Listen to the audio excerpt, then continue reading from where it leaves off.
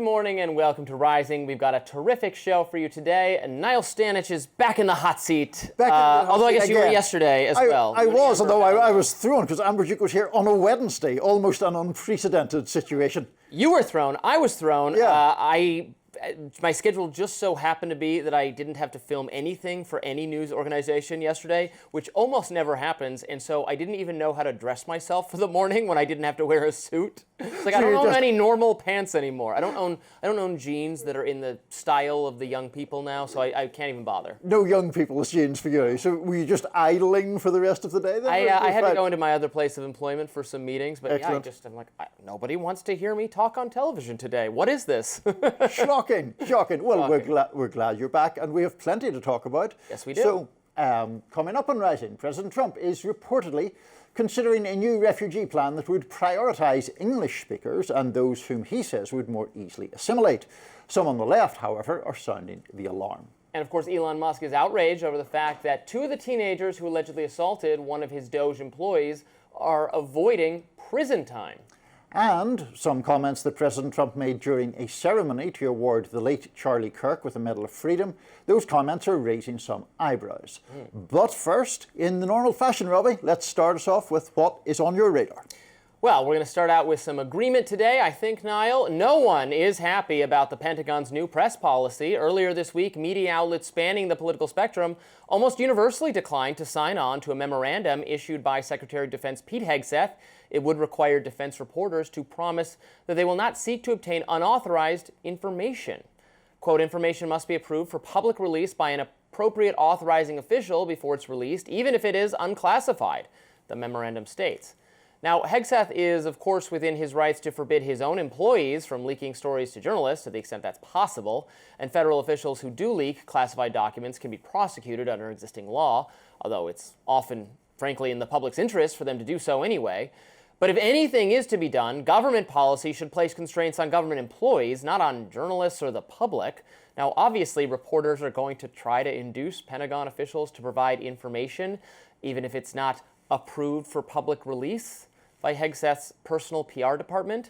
Now, this is so obvious it's effectively nonpartisan, which is why conservative news outlets from Fox News, Newsmax, Daily Caller, Real Clear Politics, The Washington Examiner, all joined liberal and mainstream organizations in rejecting this arrangement. In fact, the only outlet that has agreed to the Pentagon's terms is One America News Network, which is effectively tied to the administration. Carrie Lake, overseer of the government-funded broadcaster Voice of America, announced earlier this year that the platform would use content from OANN. As an aside, this is a very good argument against government-funded media, be it right-leaning or left-leaning. Now, the major broadcast channels issued a joint statement reading in part, "The policy is without precedent and threatens core journalistic protections. We will continue to cover the U.S. military as each of our organizations has done for many decades, upholding the principles of a free and independent press." Now, in response, the department is attempting to split hairs. Quote, "The policy does not agree for them to ask for them to agree, just to acknowledge that they understand what our policy is," said Sean Parnell, a spokesperson for the Pentagon Department. This has caused reporters to have a full-blown meltdown, crying victim online. "We stand by our policy because it's what's best for our troops and the national security of this country," end quote. Whether it's agreeing to the policy or acknowledging the policy, look, this comes to the same thing. The Pentagon doesn't want reporters asking questions and obtaining answers without Hegseth's approval. That's self-evidently absurd and is not in the interests of liberals or conservatives, or more importantly, the American public. Now, why liberals should reject such a policy is fairly obvious. Trump-critical journalists should feel free to hold the administration to account. But even MAGA-friendly reporters, and this is important, even they don't want to feel deterred from doing their jobs. For instance, imagine if, for instance, a conservative outlet obtained a tip that some defense sub-department, maybe a subcontractor, was still using DEI in hiring, or had issued a policy directive that is contrary to America First, or had simply misappropriated taxpayer funds.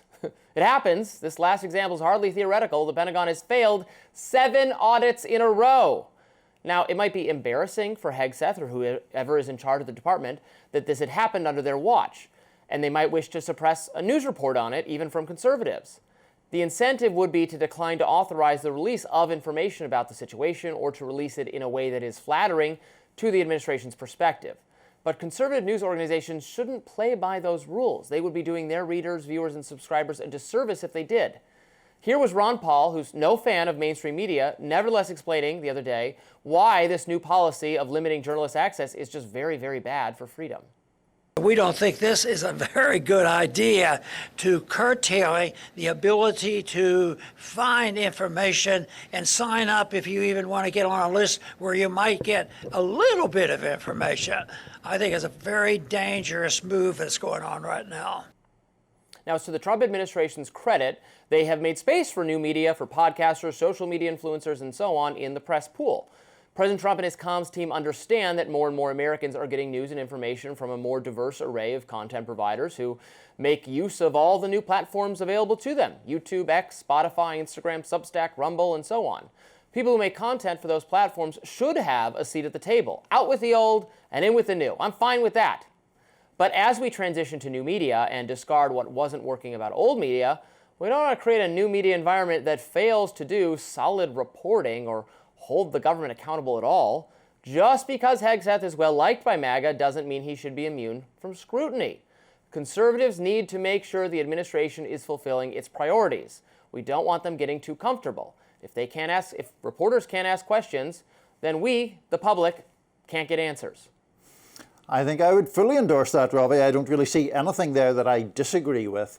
And I think the point that you rightly highlight is the idea that this new Pentagon policy is really calling for people to simply parrot the official line. It's really calling for stenography rather than journalism. Right. That's what press offices and comms people exist for, is to put forward their preferred version of events. But that's not journalism.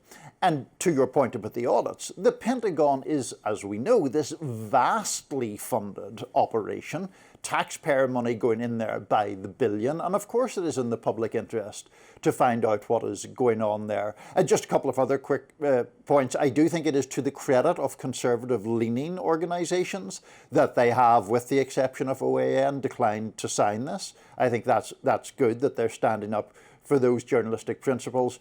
And I also think that some of the arguments made in defence of the policy, that it's about security and whatnot, are just founded on erroneous impressions, like the idea that reporters were wandering around sort of looking into the closets at the Pentagon. As arguments about, from a security standpoint, often are the most dubious. Yeah, absolutely. So none of those arguments stand up, I think, and it's good that only OAN has signed up to this. I think they look, frankly, rather foolish. I don't know whether they care or not. Perhaps their priority is simply kissing up to the administration. Mm-hmm. But it's good that there has been with their exception, media solidarity in opposition to this. Right. And I just want to, push back on the idea that to be conservative media, to be pro-MAGA, to have a perspective that is friendly to what Trump is trying to accomplish, doesn't mean to be a cheerleader. Right. And look, if that's the perspective you have, that's fine. I'm not going to tell you not to have that perspective. I think people who have that perspective, again, should have a seat at the table and a voice in the room. But it can't be only that. There has to be pushback, or else conservatives will be ill-served. Mm-hmm. Because, even if you love Trump and you love Hegseth and you love what they're doing, they are politicians, they're government figures. Right. We don't want them getting comfortable. We want scrutiny, because these are, even if you support everything they're doing, as you said, these are massive agencies that have huge budgets, that maybe they're doing something that Trump doesn't like, and we're going to call that out. And maybe it's embarrassing the other way. Who knows? Yep. But the reporters have to be unconstrained. Right. They can't agree, we're going to tie our hands behind our back as we